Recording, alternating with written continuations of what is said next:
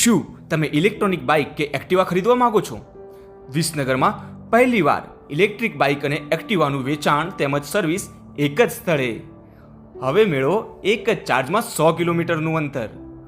નો licence, નો registration, નહીં હેલ્મેટની આવશ્યકતા અને 12,000ની સબસિડી તો ખરી જ. વિસનગરની કાંસા ચોકડી ઉપર આવેલ શિવ ઓટોમોબાઇલ્સ એન્ડ ગેરેજમાં તમને દીવા કંપનીના અવનવા ઇલેક્ટ્રિક વાહનો મળી રહેશે, જે વાહનોની સર્વિસ ખૂબ જ ઓછા ખર્ચે કરી આપવામાં આવે છે. તેમજ તે સ્થાનિક કંપની હોવાથી તેના સ્પેર પાર્ટ પણ ઝડપથી મળી રહે છે, જેથી ગ્રાહકોને તેનો સીધો ફાયદો મળે છે. અને આ ઉપરાંત આ જ સ્થળે અન્ય કંપનીના પણ ઇલેક્ટ્રિક વ્હીકલની સર્વિસ કરી આપવામાં આવે છે. જો તમે ઇલેક્ટ્રિક વિકલ્પ ખરીદવા માંગતા હોય તો કાંસા ચોકડી ઉપર આવેલ શિવ ઓટોમોબાઇલ્સ એન્ડ ગેરેજનો એકવાર અવશ્ય સંપર્ક કરો. આપના જૂના વાહનને બદલે નવું વાહન પણ ખરીદી શકો છો. એક્સચેન્જ ઓફર ચાલુ જ છે. તો આપેલા નંબર પર આજે જ સંપર્ક કરો 9824639270.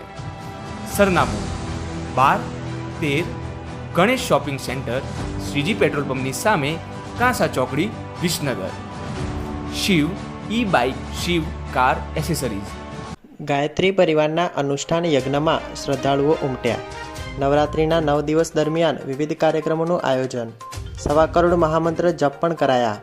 વિસનગર શહેરના કાંસા અને ગાયત્રી પરિવાર દ્વારા તિરુપતિ મેટ્રો મોલની સામે ખુલ્લા પ્લોટમાં 24મી ચૈત્રી નવરાત્રિ સામૂહિક અનુષ્ઠા સાધના અને 1.25 કરોડ મહામંત્ર જપનું આયોજન કરવામાં આવ્યું હતું.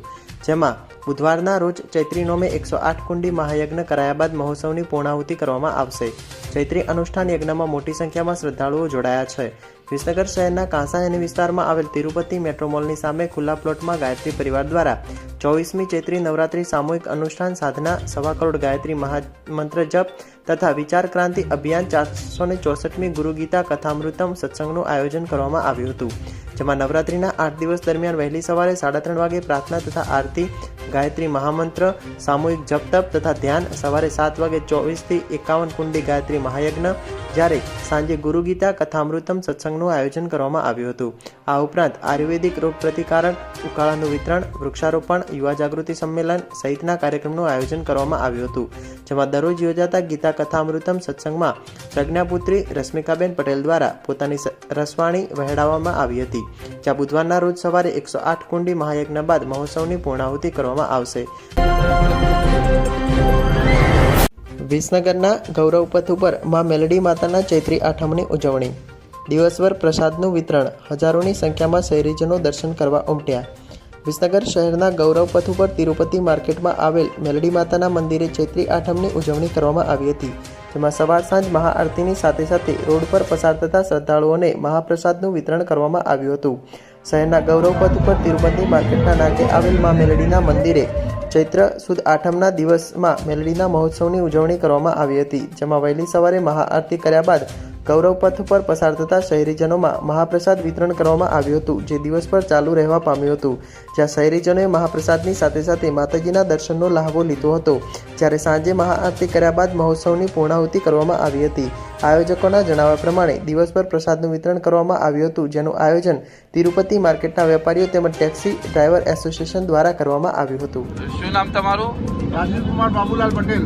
હવે આ કાર્યક્રમ શાના માટે ઉજવો છો તમે? આ કાર્યક્રમ અમે છેલ્લા 2012થી આ કાર્યક્રમની શરૂઆત કરી હતી. એ કાર્યક્રમ દિવસે દિવસે વધતો જાય છે. માતાજીના જે ભક્તો છે એ દિવસે દિવસે માતાજીના ભક્તોનો ફ્લો વધતો જાય છે અને બહુ આસ્થા રૂપે માતાજીનું મંદિર બનેલું છે.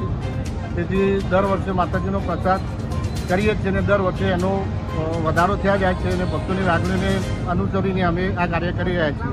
હવે જે ચૈત્રી આઠમે તમે સવારથી સાંજ સુધીમાં કેટલી પ્રસાદી અને પ્રસાદીમાં કેટલું વપરાશ થાય છે? ચૈત્રી આઠમના દિવસે સવારે લગભગ 9-9:30 અમારી આરતી થાય છે મંદિરની અંદર. એના પછી માતાજીને ભોગ ચડાવી અને પછી અમે આરતીની પ્રસાદી ચાલુ કરીએ છીએ. આરતી પછી તો લગભગ સવારથી 100 સુધીમાં 2000થી 2200 કિલોનો મહાપ્રસાદ અમે બનાવીએ છીએ.